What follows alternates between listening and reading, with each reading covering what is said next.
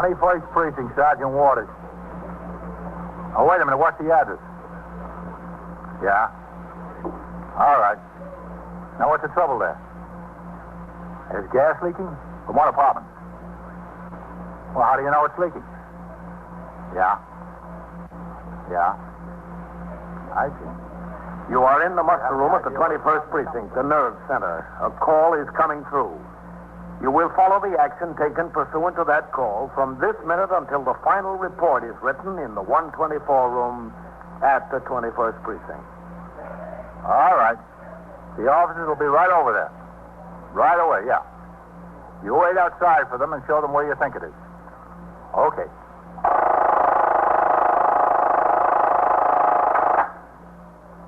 21st Precinct. Just lines on a map of the city of New York. Most of the 173,000 people wedged into the 9/10 of a square mile between Fifth Avenue and the East River wouldn't know if you asked them that they lived or worked in the 21st. Whether they know it or not, the security of their homes, their persons, and their property is the job of the men of the 21st Precinct. The 21st, 160 patrolmen, 11 sergeants, and 4 lieutenants, of whom I'm the boss. My name is Kennelly, Frank Kennelly. I'm captain in command of the 21st. I was working my night tour, 4 p.m. to 8 a.m. It had been a busy night in the precinct.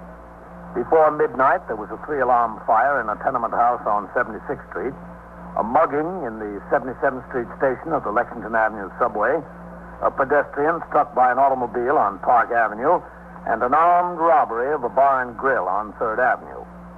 With the exception of the mugging, in which case the victim took a cab to the station house, I had rolled on each of these calls. Following the last, the armed robbery, I got into sector car number 2, in which I was on patrol as recorder.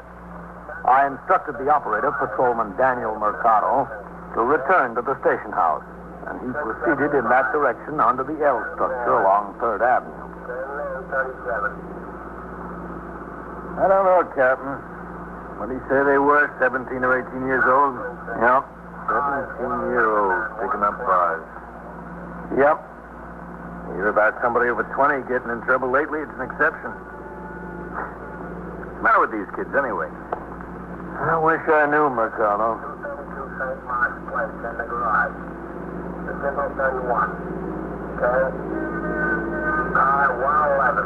Guns and knives and gang fights and muggings.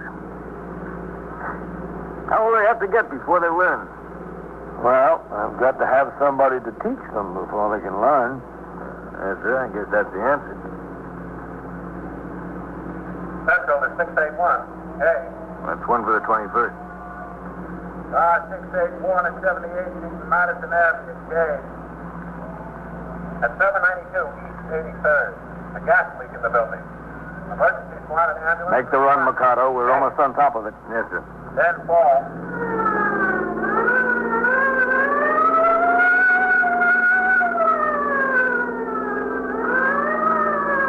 Go ahead. You're in the clear. Yes, sir. All right, go on. Make the turn. You're okay. There it is.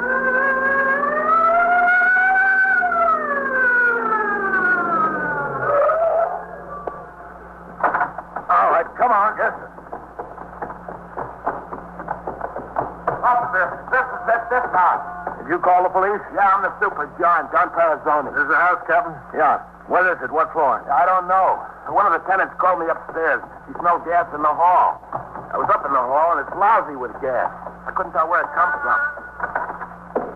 You see? Lousy with gas. All over the place. Mercado. Yes, sir. Stay down here. Help the people out. Don't let anyone in. Yes, sir. And keep them away from those mailbox bells. Come on, John. Sure. Let's find it.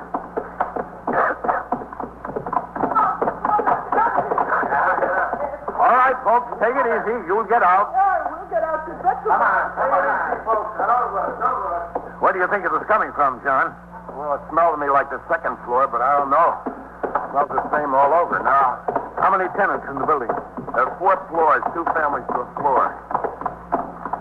That's the Moors. I got them out. I thought at first it was from them. I knocked on the door, but it wasn't. What about the family in front? There wasn't no answer there. Captain Kennelly. Who's that, Sergeant Waters? Yes, sir. Well, send somebody to get the people off the first floor. See they open their windows. Yes, sir. And then come up here. It's up here someplace. Yes, sir. Tony, there's no doors down here. Hurry the people out. Open their windows. There wasn't no answer. Second floor front. See? Well, I don't think it's from here anyway. I think it's from upstairs. Wherever it's from, it just smells lousy. I was going to say ring all the doorbells and get the people out. No, that's no good. A doorbell might cause a spark. Could be an explosion. Oh, yeah. Never thought of that.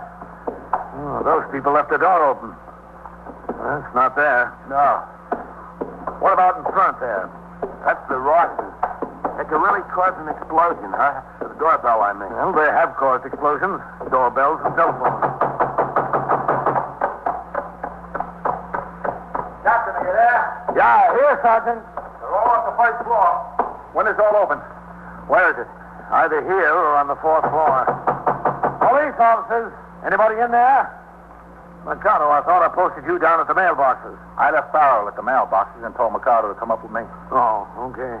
Sergeant, take Mikado and go upstairs. Yes, sir. Come on, Mikado. Okay, sir. Sergeant, Yes, sir. be careful about causing sparks. Yes, sir. Don't worry. Police officers, open up. Could be in there. Is that what you think? Well, it could be. Yeah, I'd say so, too. It just smells pretty lousy here. You got a pass key, John? No, I don't have pass keys to these apartments. They all got special locks in this building. Captain, it's up there. Okay, coming. Where? In the front. What? That's the Heppels. Did you see them go up? No, as a matter of fact, I didn't. Didn't see the Heppels at all. Police officers, open up. You sure that's it, Sergeant? Yes, sir. Coming out from under the door, Captain. This is it for sure. He's got no pass keys. Shall we kick it in? Yeah, I guess we'll have to. And listen, you're going to break down the door. I'm responsible for that. The landlord will be around here shooting all kinds of questions. Never mind the landlord now. Okay, Sergeant. Yes, sir. Hit it right at the lock. One good one ought to do it. Yes, sir. Need more than one good one, Captain. All right, try it again. Now, listen, be careful, will you? Go ahead. Yes, sir. Once more. It's going. Try again. Yes, sir. That's got it. All right. Easy now. Easy. This is it, all right. Where's the kitchen? That way. Sergeant, get the windows. Yes, sir. Mikado, turn off the burners. Yes, yes. This is Hector. Yes, yes. Windows are all open, Captain.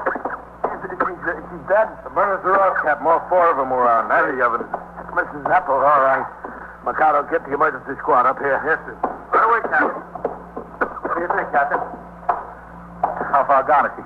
She looks pretty far gone to me. You better get over and stick your head out that window, John. Get some air. Where's the phone in here? I don't know.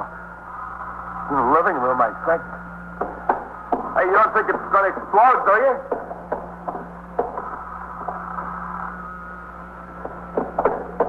Find a phone, Captain? Yeah, here it is. Hold the wire a second. Sergeant, Yes, Captain. see if we can get more of a draft through here. Yes, sir. Okay. Hello. Region 44099?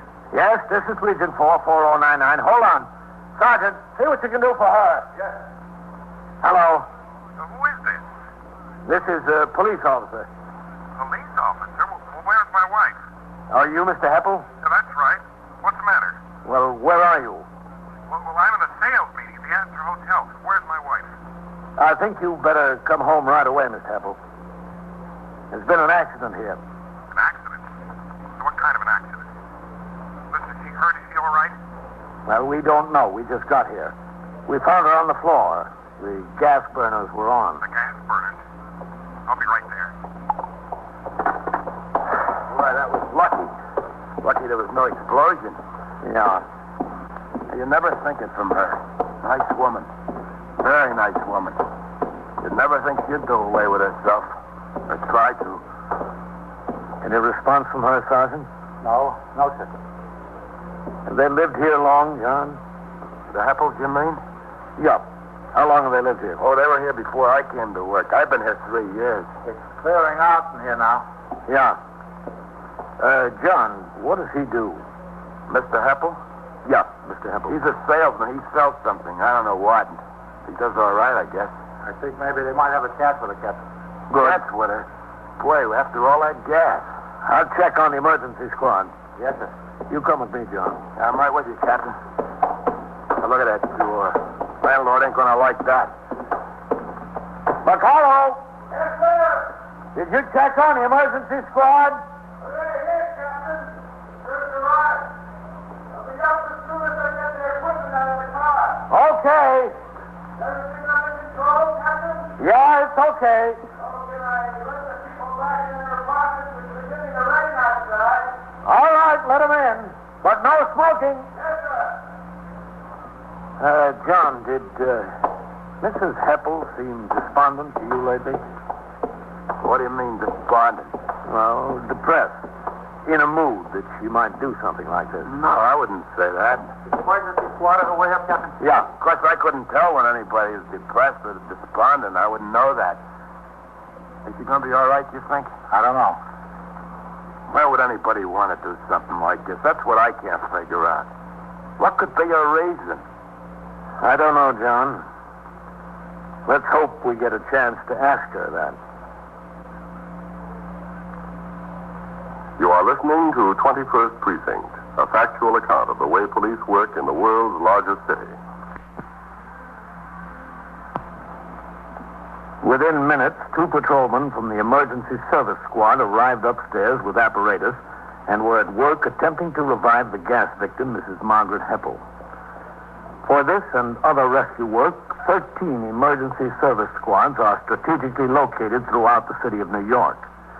A specially designed truck equipped with hundreds of rescue devices is maintained by each of these squads.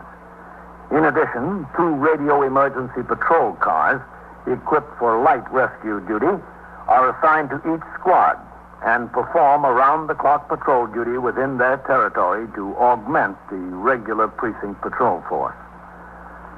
Almost as soon as the emergency squad men got to work, an ambulance from Beth David Hospital arrived, and the ambulance attendant hurried upstairs to assist the officers. By that time, the odor of gas had cleared out of the kitchen, and along with Sergeant Waters, I watched as the specialist struggled fiercely to revive the woman. At the end of 15 minutes, there was still no response. How much pressure have you got on this? It's all right. It's fine. What do you say she is, Captain? About 35? Yeah, about that. Think they're going to be able to do any good? Well, they haven't done much good so far, Sergeant. No, they haven't. Look around on this side, will you? Okay. Husband ought to be here by now. Oh, I don't think he's had time to get uptown. Guess not, Captain. Oh, Here's the detective. Hello, Captain. Matt? Lieutenant King. Hi, Fitz. Hello, Sergeant. How are they doing, Captain? No response yet, Matt. Any folks there? Did he leave a note, Sergeant? No, sir. None that we found. All 4 burners were wide open, Matt. The oven jet was on. The oven door was open. Wasn't any accident. Keep her legs warm, will you? What's her name, Sergeant? Mrs. Margaret Heppel. Age? We don't know. Oh, looks about 35. Where's Mr. Heppel? Well, the phone rang almost as we hit the door, man. The phone. Yeah. Lucky the roof didn't blow out. Sure is. Who was it? The husband. Oh, was it? Yeah. Is that pressure still good? He said he was at a sales meeting at the hotel after. He's on his way here now. Why did he call, did he say? He wanted to talk to his wife. Let's take a look around, Captain. Fitz, you and the sergeant stay here. Okay. Hold it now. We'll switch over tanks. Okay. How's she doing? Any response yet? No, sir, not yet. Okay, switch them over. Keep it going. Keep it going now. She took those too, Matt. I guess she wanted to make a good job of it.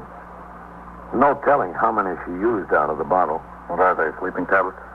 Well, that's what they look like. We haven't touched them. Fitz, come over here and get these sleeping tablets together. This window was closed tight, Matt, but not locked. What's in the other rooms, Captain? Find any notes there? We didn't see any. You want to take a look? Yes. All right. Keep that pressure there. Who discovered it, Captain? That's it. One of the tenants smelled gas in the hall, called it the super. Super rang in with it. Mercado and I were heading back to the house from that armed robbery. We were just around the corner when the call came over. We got here first. Pretty nice furniture. They must not be too badly off. No, I guess not. How'd you get inside? We kicked in the door. Oh. Wasn't the chain on the door? No, but it was locked. You did kick it, Captain.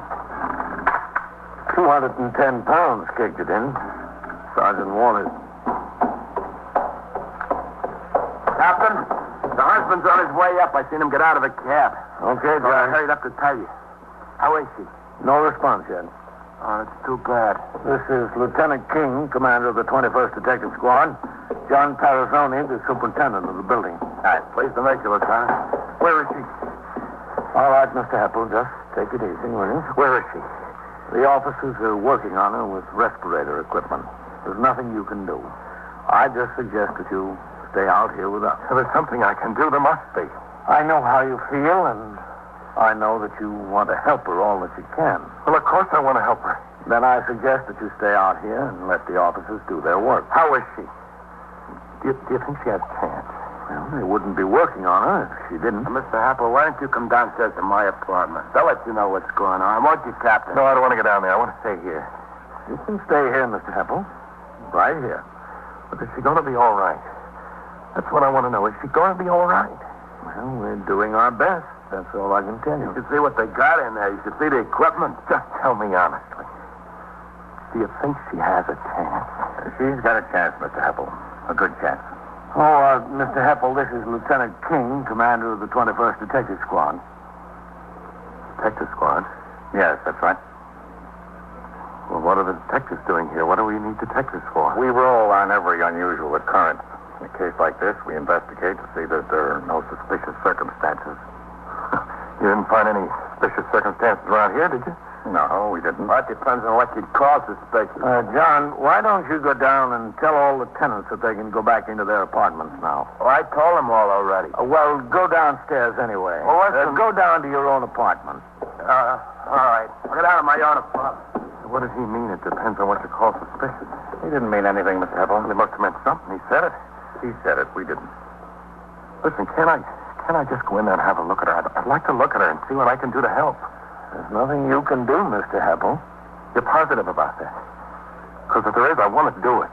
I'm positive. Mr. Heppel, what time did you leave the apartment tonight? Well, I guess it was about 7:15, 7:30. You have dinner here? Yeah, sure, I had dinner here. Did your wife give any indication that she was in a depressed mood? No, she didn't.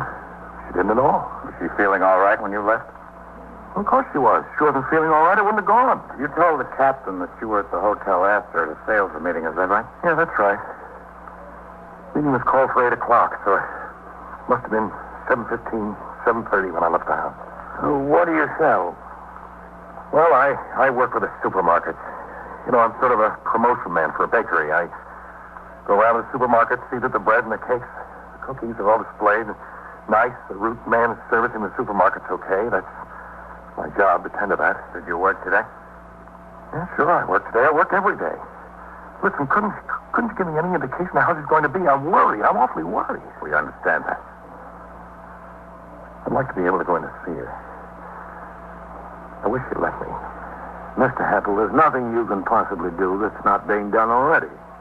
You'll get plenty of chance to see her. But she may die. She may be dead now. Well, if you insist on going in, Mr. Heppel, I'll take you.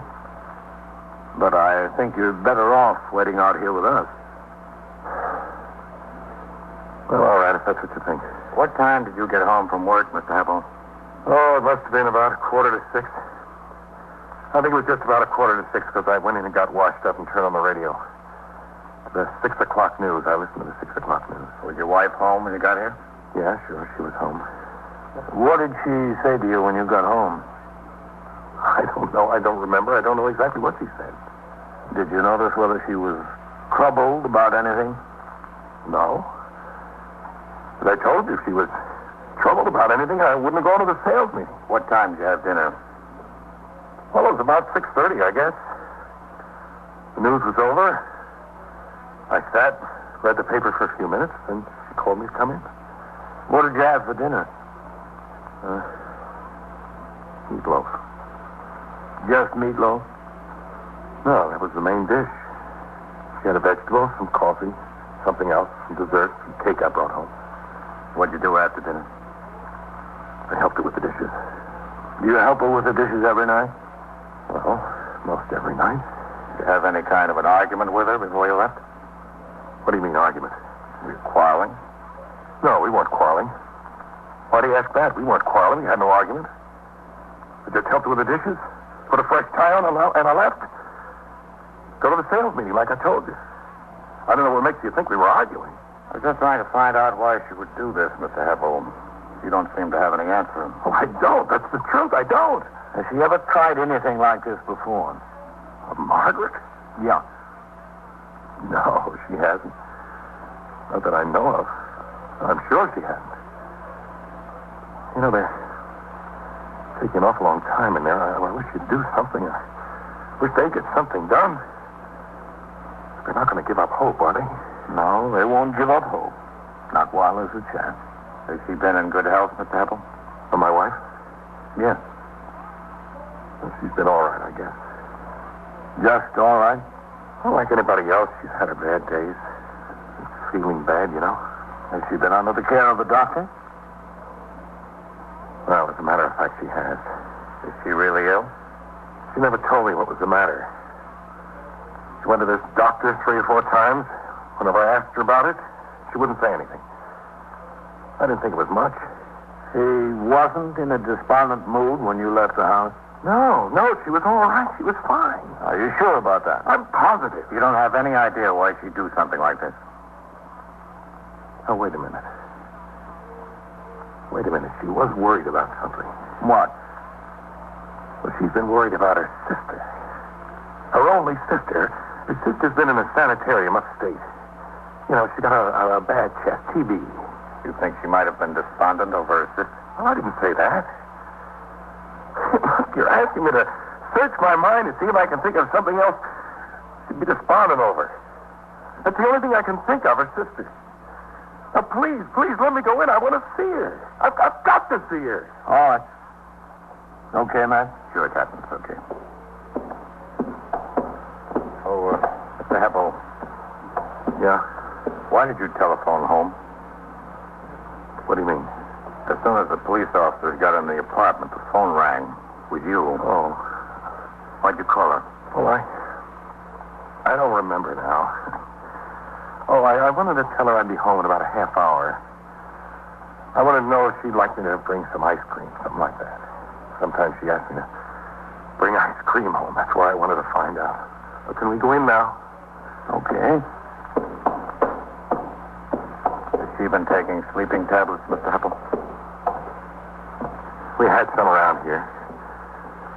If she couldn't sleep, she took one. It's nothing like a habit. Just occasionally, you know. If she couldn't sleep, sometimes I took them myself. She's in the kitchen. Thanks.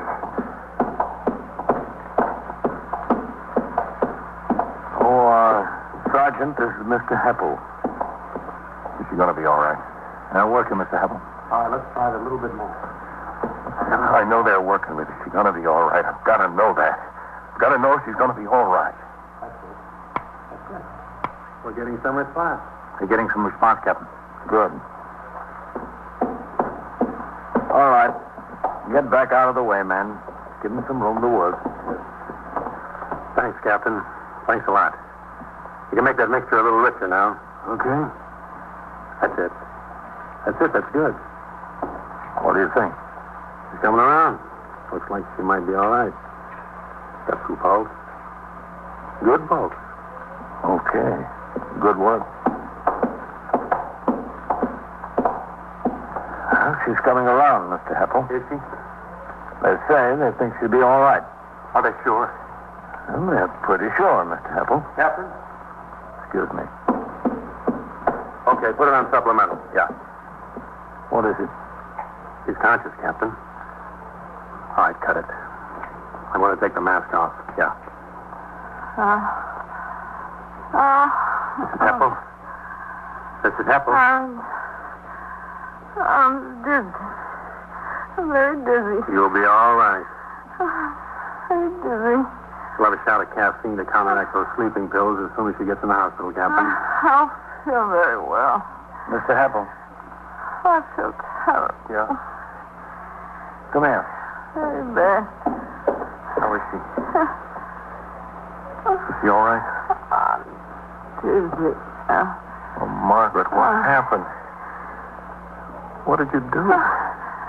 Ed? I'm sorry. Sorry, Ed. Why did you do it? I feel terrible. Don't try to move, Mrs. Heppel. Why did you do it? I don't know. I was just tired. Very tired. Oh, Margaret, honey. All right, Mr. Heppel, you better let them get her to the hospital. Very All right, open up that stretcher. Now, Captain, I'll see you at the station house. Thanks, Captain. Thanks a lot. That's all right. Oh, she was lucky. Very lucky. Yeah, she was. But that isn't very hard. Not when you don't want to be lucky.